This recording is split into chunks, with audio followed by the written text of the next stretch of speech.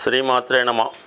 ఈ వీడియోలో మనం మిథున రాశి వారికి డిసెంబర్ 2వ తారీఖు నుంచి 29వ తారీఖు మధ్యలో మారబోతున్న శుక్రగ్రహ సంచారం ఈ రాశి వారి మీద ఎటువంటి ప్రభావాన్ని చూపవుతుంది అన్న విషయాన్ని ఈ వీడియోలో తెలుసుకునే ప్రయత్నం చేద్దాం. మరి మిథున రాశి వారికి శుక్రుడు పంచమ వ్యయాధిపతిగా అత్యంత మిత్రగ్రహం. జాతకుడికి తన యొక్క తెలివితేటలకి తనలో ఉన్నటువంటి ప్రావీణ్యానికి తగిన గుర్తింపు రావాలన్నా, అతని యొక్క అంటే మిథున రాశి వారి యొక్క వివాహ జీవితం, అలాగే ప్రేమ వ్యవహారాలు, అతనిలో ఉన్నటువంటి కళా నైపుణ్యం, ఇటువంటి వాటికి గుర్తింపు రావాలంటే శుక్రగ్రహ అనుగ్రహం తప్పనిసరి. అటువంటి శుక్రుడు డిసెంబర్ 2వ తారీఖు నుంచి అష్టమ భావంలోకి ఏర్పడడం జరుగుతుంది. అంటే ఒక విధంగా ఇది శుక్రుడు యొక్క కారకత్వాలైనటువంటి వైవాహిక జీవితం, భార్య, అలాగే సినిమా, టీవీ, మీడియా ఆ రంగాల్లో ఉన్న వాళ్ళకి చాలా వరకు అనుకూలమైనటువంటి ఫలితాలు రావడం జరుగుతూ ఉంటుంది. ఎందుకంటే శుక్రుడు మిత్రక్షేత్రమైనటువంటి మకర రాశిలో సంచరించడం అన్నది జాతకుడు తను చదువుతున్నటువంటి సబ్జెక్ట్లో కానీ తనకు ఉన్నటువంటి రంగంలో కానీ అత్యంత లోతుగా పరిశీలించి ఏదో ఒక కొత్త విషయాన్ని తెలుసుకునే ప్రయత్నంలో సఫలీకృతం అవడం జరుగుతూ ఉంటుంది. అలాగే కొంత రహస్య సమాచారాన్ని తెలుసుకోవడం జరుగుతూ ఉంటుంది. దీని కారణంతో జాతకుడు తన నైపుణ్యాన్ని పెంచుకొని కొత్తగా తను వ్యాపార అభివృద్ధి కానీ తన యొక్క టాలెంట్ని ఇంప్రూవ్ చేసుకోవడానికి ఈ గ్రహస్థితి కారణం అవుతూ ఉంటుంది. ఒక విధంగా అష్టమ స్థానం అన్నది స్త్రీలకి మాంగళ్య స్థానం, అలాగే సప్తమానికి ధనస్థానం అవటం వలన భార్య ద్వారా వచ్చే సంపద లేదా భర్త ద్వారా వచ్చే సంపద. సో ఈ కారణం వల్ల మరి ఈ మిథున రాశిలో ఉన్నటువంటి స్త్రీకి మాంగళ్య భాగ్యం పెరుగుతుంది. వివాహ జీవితంలో ఉన్నటువంటి సమస్యలు పరిష్కారం అవుతాయి.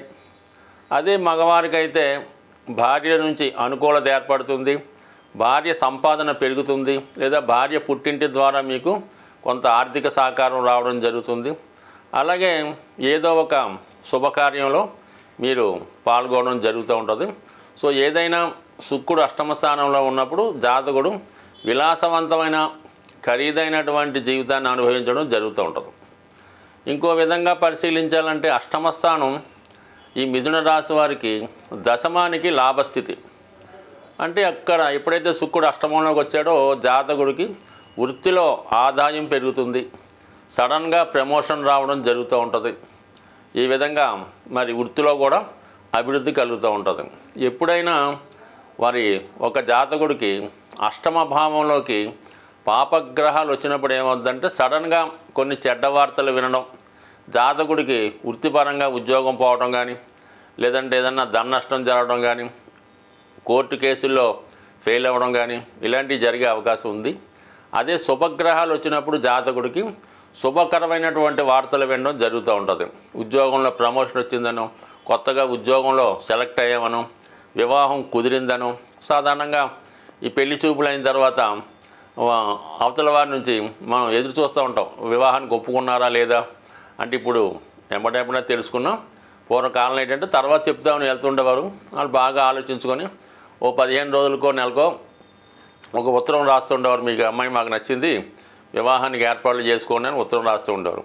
ఆ విధంగా ఒక విధమైనటువంటి శుభకార్యానికి సంబంధించినటువంటి శుభవార్తలు వినడానికి ఈ గ్రహస్థితి అనుకూలంగా ఉంది. సో ఏదైనా అటు వివాహపరమైనటువంటి సమస్యలు, ఉద్యోగపరమైన అభివృద్ధి, అలాగే మీ టాలెంట్కి తగిన గుర్తింపు ఈ శుక్రుని యొక్క సంచారం వలన రావడం జరుగుతూ ఉంటుంది. ముఖ్యంగా ఏంటంటే ఈ వివాహ విషయంలో గతంలో వివాహం జరిగి ఎవరైనా భార్యాభర్తలు ఏదో కారణం వల్ల ఎడబాటుగా ఉంటూ కొంతకాలంగా విడివిడిగా దూరంగా ఉన్నవాళ్ళు తిరిగి ఏదో ఒక శుభకార్యంలోనో, వివాహ వేడుకలోనో, పుణ్యక్షేత్రంలోనో మళ్ళా పరస్పరం కలుసుకొని మళ్ళా తిరిగి వారి యొక్క వైవాహిక జీవితాన్ని పునరుద్ధరించుకునే అవకాశం ఉంది. అది కొన్ని సందర్భాల్లో ఏదైనా ఒక పరిచయం ఉన్నవాళ్ళు కానీ, ఎఫ్ఐఆర్ ఉన్నవారు కానీ, మాజీ ప్రేమికులు కూడా ఈ విధంగా పరస్పరం కలుసుకొని మళ్ళా వాళ్ళ యొక్క స్నేహ బంధాన్ని కొనసాగించే విధంగా ఈ గ్రహస్థితి అనుకూలంగా ఉంది. ఎందుకంటే అష్టమం అన్నది రహస్య కార్యకలాపాలు, రహస్య వ్యవహారాలు చెప్తూ ఉంటుంది. అందులో శుక్రుడు వచ్చాడు.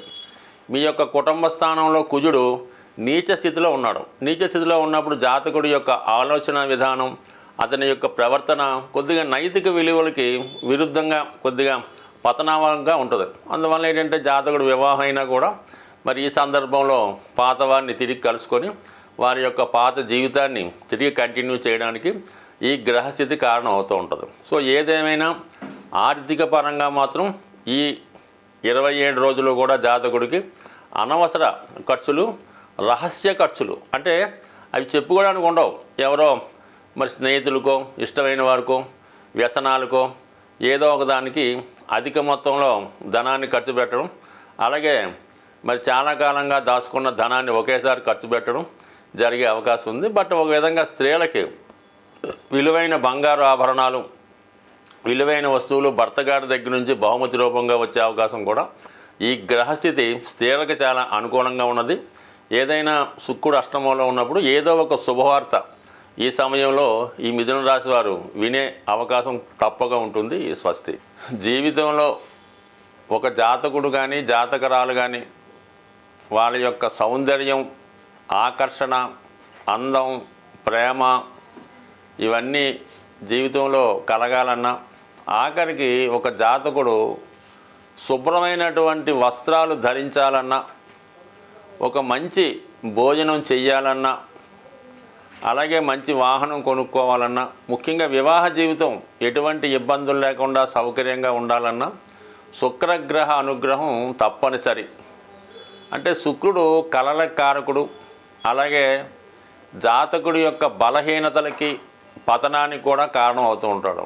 ముఖ్యంగా వ్యసనాలకి శుక్రగ్రహ కారణం అవుతూ ఉంటుంది. అంటే రాక్షస గురువు కాబట్టి శుక్రాచార్యుల వారు ఇటువంటి వాటికి ఎంకరేజ్ చేస్తుంటారు అన్నమాట శుక్రుడి రూపంలో. అంటే స్త్రీ వ్యామోహం, అలాగే తాగుడు లాంటివి, మరి జోదం, దొంగతనాలు, హత్యలు, రేపులు, వీటికి కూడా ఈ శుక్రుడు వివిధ పాపగ్రహాలతో కలిసి ఉన్నప్పుడు, చంద్రుడు కూడా బలహీనమైనప్పుడు జరుగుతూ ఉంటాయి. అంటే శుక్రుడు సాక్షాత్తు లక్ష్మీ స్వరూపం లాంటిది అనుకుందాం. అంటే శుక్రుడి యొక్క అధిదేవత లక్ష్మీ అమ్మవారు.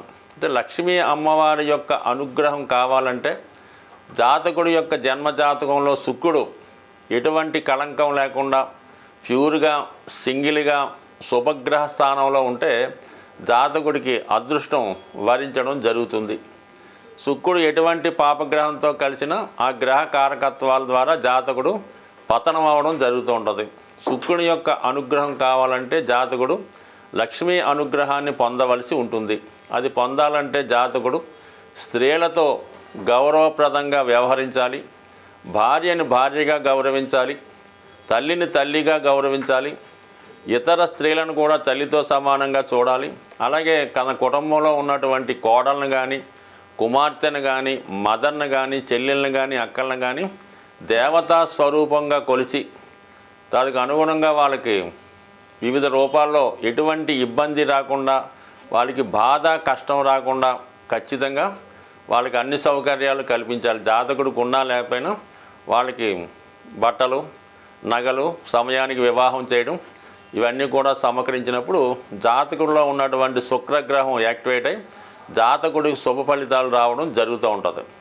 ఒకవేళ మీ కుటుంబంలో మీరు ఎంత ఉన్నత స్థాయిలో ఉన్నా, మీ కుటుంబంలో ఉన్నటువంటి స్త్రీలకి ఎంత సౌకర్యంగా చూసినా మీ సిస్టర్కో, మీ అక్కగారికో, మీ కుమార్తెకో సమయానికి వివాహం చేయకుండా ఉంటే అది కన్యశాపం అనే ఒక శాపం తగులుతూ ఉంటుంది. అంటే ఇది శుక్రగ్రహ ఆగ్రహానికి గురవడం జరుగుతూ ఉంటుంది. ఆ కారణం వల్ల ఏంటంటే కుటుంబంలో శుభకార్యాలు వాయిదా పడుతుంటాయి, ఆర్థిక పరమైన ఇబ్బందులు రావడం జరుగుతూ ఉంటుంది. సాధారణంగా చూడండి, ఎవరి కుటుంబంలో అయినా ఆ కుటుంబంలో స్త్రీలకి వివాహం ఆలస్యం అవుతుందంటే ఖచ్చితంగా ఆ కుటుంబంలో ఆర్థిక సమస్యలు ఉంటాయి, లేదంటే ఆ కుటుంబ యజమాని బాధ్యతారహితంగా వ్యసనపడి ఉండడం జరుగుతుంటుంది. ఇవన్నీ తొలగాలంటే శుక్రగ్రహ అనుగ్రహం నిమిత్తం ప్రతి శుక్రవారం, కొన్ని ప్రాంతాల్లో గురువారం, ఎప్పుడైనా పర్లేదు. ఆ రోజు లక్ష్మీ అమ్మవారి అనుగ్రహానికి అమ్మవారిని విధి విధానంగా పూజ చేస్తూ మరి ఖచ్చితంగా లక్ష్మీ స్తోత్రం, శ్రీ సూక్తం, కనకదార స్తోత్రం లాంటివి చదువుతూ కంపల్సరిగా విష్ణు సహస్రనామాన్ని కూడా పారాయణ చేయాలి. ఎప్పుడైనా సరే లక్ష్మీ అనుగ్రహం కావాలంటే విష్ణుమూర్తి అనుగ్రహం తప్పకుండా ఉండవలసిందే. అది లేకుండా కేవలం లక్ష్మీ అమ్మవారిని పూజిస్తూ లక్ష్మీ స్తోత్రం చదివినంత మాత్రాన లక్ష్మీదేవి అనుగ్రహం ఎట్టి పరిస్థితుల్లో కూడా వచ్చే అవకాశం లేదు. కేవలం వెంకటేశ్వర స్వామిని ఆరాధించడం వల్లే మీకు పద్మావతి అమ్మవారి అనుగ్రహం లభిస్తుంది. ఈ చిన్న టెక్నిక్ గమనించండి, ఆ విధంగా వెళ్ళండి. దాంతోపాటు శుక్రునికి అనుకూలమైనటువంటి వజ్రాన్ని ధరించడం వల్ల, అది చాలా ఖరీదైంది, ధరించలేని వారు స్ఫటికమాలని ధరించడం వల్ల జాతకుడికి లక్ష్మి అనుగ్రహం కలుగుతుంది. అతనిలో ఉన్నటువంటి బలహీనతలు తొలగి, అంటే ఏదైనా స్త్రీ వీక్నెస్, ఇంకో బలహీనత ఉంటే దాని నుంచి బయటపడే విధంగా ఈ స్ఫటికమాల అతనికి సహకారపడుతుంది. అలాగే అనుకూలం ఉన్నవాళ్ళు స్ఫటికంతో తయారు చేసినటువంటి శివలింగాన్ని, చిన్నది 1 ఇంచి 2 ఇంచుల పరిణామంలో కానీ స్ఫటికంతో చేసినటువంటి శ్రీచక్రాన్ని కానీ మీ పూజా మందిరంలో నిత్యం పూజించుకోవడం వల్ల ఖచ్చితంగా మీ యొక్క ఆర్థికపరమైన సమస్యలు, కుటుంబంలో ఉన్నటువంటి వివాహపరమైన సమస్యలు, స్త్రీ దోషం, స్త్రీకి ఉన్నటువంటి శాపం కానీ, స్త్రీ శాపం కానీ, మాతృశాపం కానీ తొలగి ఆ కుటుంబం ఖచ్చితంగా మరి చక్కగా లక్ష్మీ కళతో మంచి నేమ్తో ఉండే అవకాశం ఉంది. బట్ ఏదైనా ఖచ్చితంగా మాత్రం శుక్రగ్రహ అనుగ్రహం కావాలంటే స్త్రీలను గౌరవించవలసిందే. స్వస్తి.